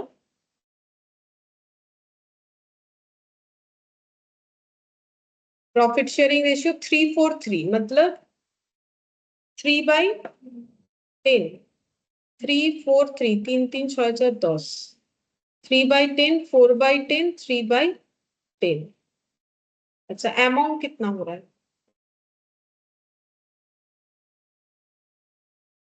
এটা কত বলছি, 1,20,000, 1,00,000, 1,00,000, 2 लाख और 80-20, 1 लाख, 3 लाख, हाँ 1 लाख होगा, 1 लाख होगा। 1 लाख को डिस्ट्रीब्यूट करना पड़ेगा, तो एक पहले वाले का 30 आ रहा है, 30, 40, 30, 30, 40, 30, ठीक है। मैंने यहाँ पर टोटल 1 लाख लिखा है, अब इसको टोटल करने से आएगा कितना, दोनों साइड 4,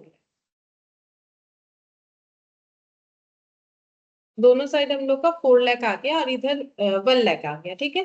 अब ये प्रॉफिट को कहाँ लिखना है, वही कैपिटल अकाउंट में लिखो, by PL appro share of profit 30, 40, 30, by PL appro share of profit 30, 40 और 30,000।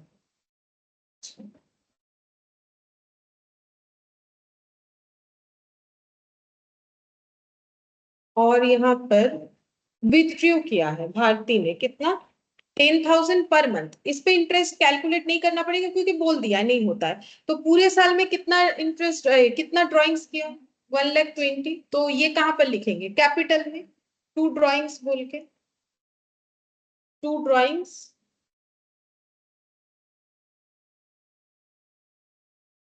10,000 इंटू 12, भारती के कॉलम में चला जाएगा 1,20,000।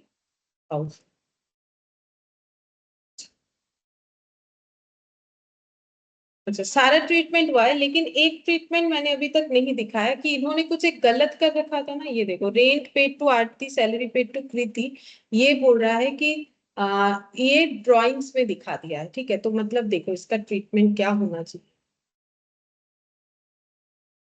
देखो जैसे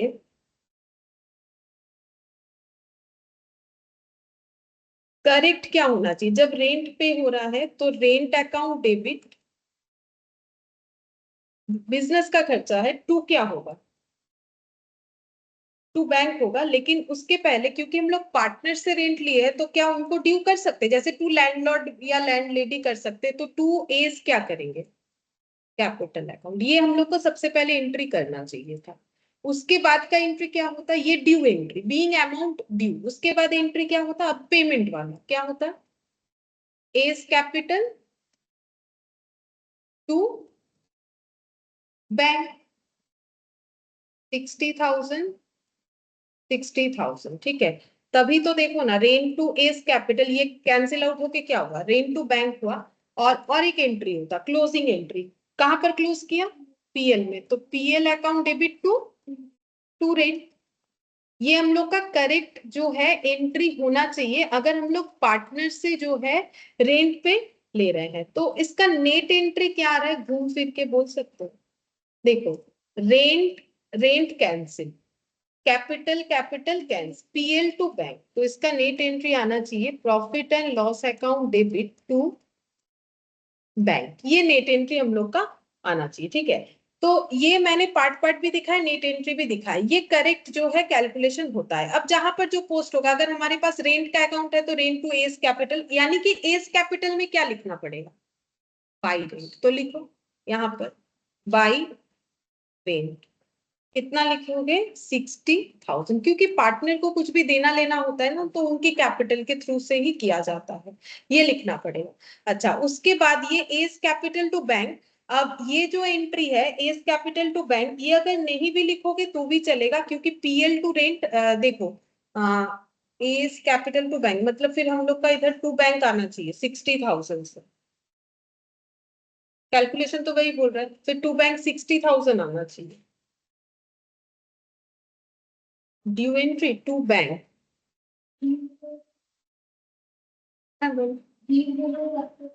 হ্যাঁ, ডিউ করেও রাখতে পারি, কারণ আমাদেরকে তো এখানে পে করেছে এরকম কিছু ইনফরমেशन দেয়নি।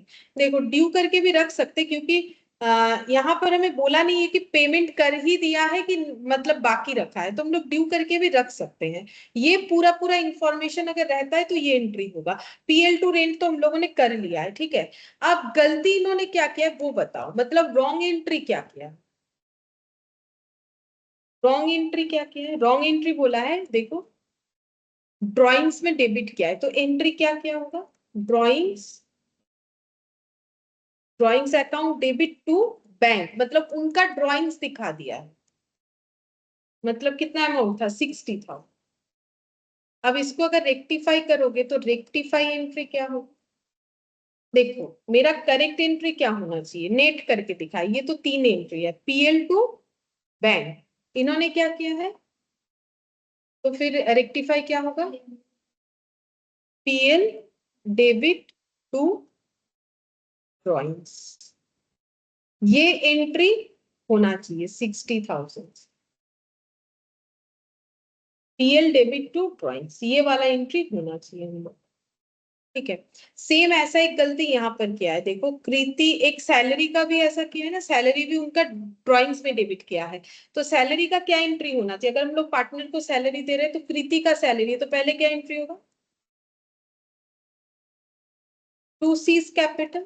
ठीक है, कैपिटल में जाएगा ना सैलरी का पैसा, 60,000, 60,000। अगर पे कर देते हैं, अगर पे कर देते हैं तो क्या एंट्री होगी, हाँ C salary account debit to bank, अगर पे कर देते हैं तो ये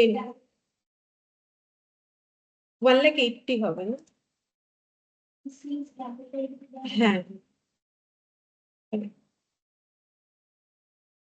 सीज कैपिटल टू बैंक হবে, হ্যাঁ सीज कैपिटल टू बैंक। অ্যামাউন্টটা ভুল লিখেছি না, অ্যামাউন্টটা 1,80,000 ছিল বল, सैलरी 1,80,000 था सैलरी का अमाउंट, ये होना चाहिए और इसके बाद ये लास्ट में कहा चार्ज होगा, पीएल एप्रो में। ये पीएल एप्रो में जाएगा ना, ये आइटम पीएल एप्रो का है, तो उसके लास्ट वाला एंट्री क्या होना चाहिए, पीएल एप्रो टू सीज सैलरी। इन्होंने क्या किया उसके बदले,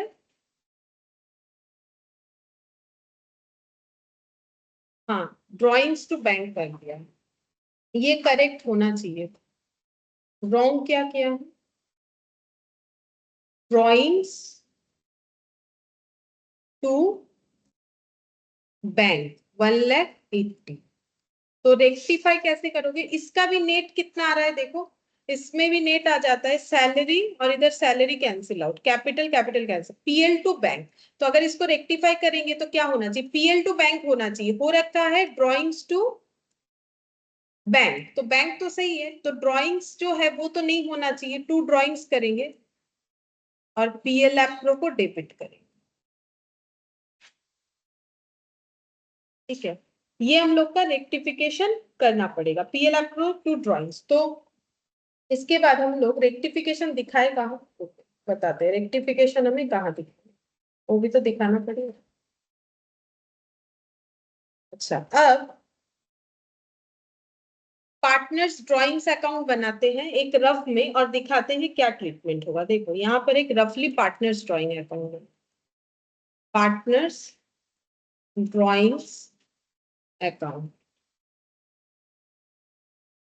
ए बी और सी, ए बी और सी, ठीक है। तो देखो पार्टनर ड्राइंग्स अकाउंट में हम लोग का रेक्टिफिकेशन एंट्री, एक हम लोग का क्या आया है, एक रेक्टिफिकेशन एंट्री आया पीएल टू ड्राइंग्स, ठीक है। तो बाई पीएल, और दूसरा वाला भी क्या होगा, बाई पीएल एप्रो। तो एक लिखो बाई पीएल और एक लिखो बाई पीएल एप्रो। अच्छा, कौन सा अमाउंट किसके कॉलम में जाएगा वो नाम के हिसाब से हमें देखना पड़ेगा। पहला रेक्टिफिकेशन ए के लिए था 60,000, तो ए के कॉलम में लिखेंगे, और नेक्स्ट वाला था कृति के लिए, है ना, सी के लिए 1,80,000, ठीक है। अच्छा, और ड्राइंग्स का अमाउंट यहाँ पर लिखते हैं क्योंकि ड्राइंग्स का हम लोग अकाउंट बनाए हैं to bank, drawings to bank होता है ना, ड्राइंग्स का एंट्री, ड्राइंग्स टू बैंक कितना कितना होगा, ड्राइंग्स कितना था,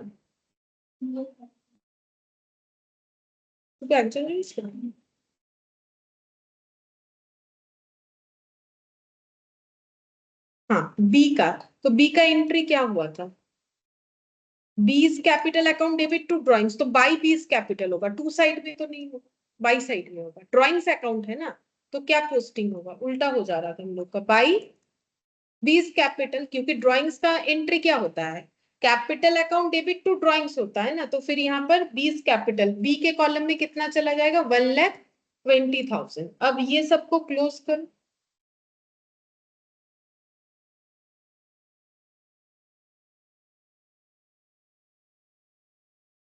और ये हो गया 60,000, ठीक है। तो फिर इधर क्लोज करेंगे 60,000, 1,20,000 और 1,80,000। अच्छा, और ये सब हम लोग बैलेंसिंग फिगर करके दिखाएंगे। अब ये सारे पैसे तो पेमेंट हो जाएंगे, जैसे ए को रेंट का पैसा जाएगा, सी को उसके जो है क्या बोलते हैं उसे सैलरी का जाएगा, और ये अपना ड्राइंग्स करेगा, तो फिर बैलेंसिंग फिगर को टू बैंक बोल के दिखाना पड़ेगा, 60,000, 1,20,000 और 1,80,000, ठीक है। तो इस तरीके से हो जाएगा। अच्छा, ये हम लोग का रेक्टिफिकेशन इस तरीके से होगा, तो उसके हिसाब से हम लोग का यहाँ पर रेंट वगैरह आ गया। चलो, अब ये तो हम लोग का कंप्लीट था ही, अब इसको भी क्लोज कर, इसको भी क्लोज कर।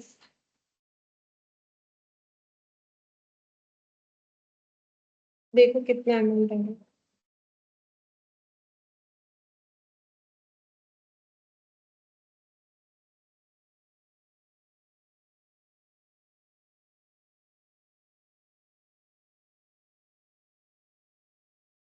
To balance sheet.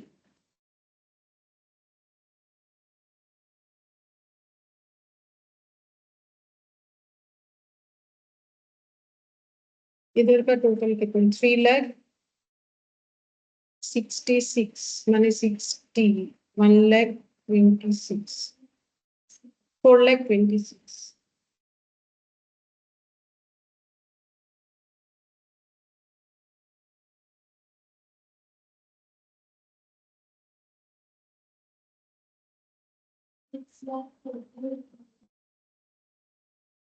It is 6 lakh.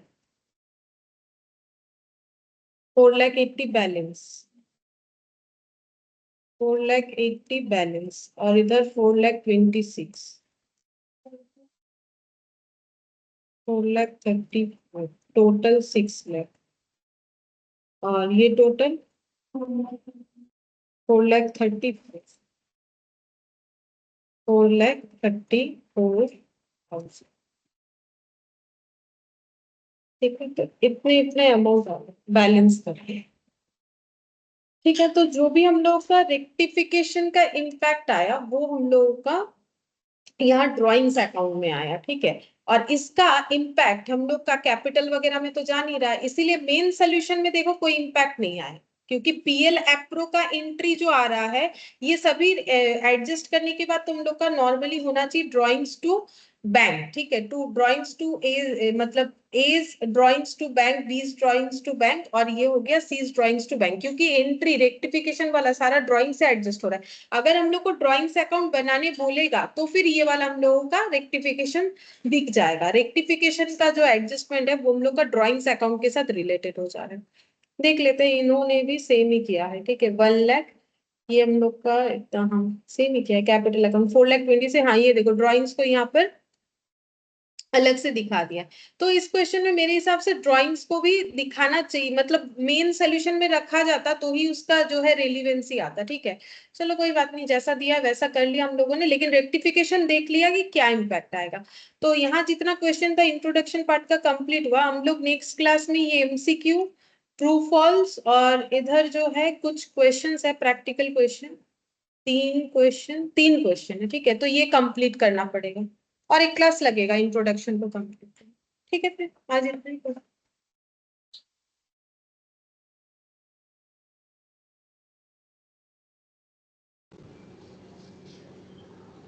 Bye ma'am.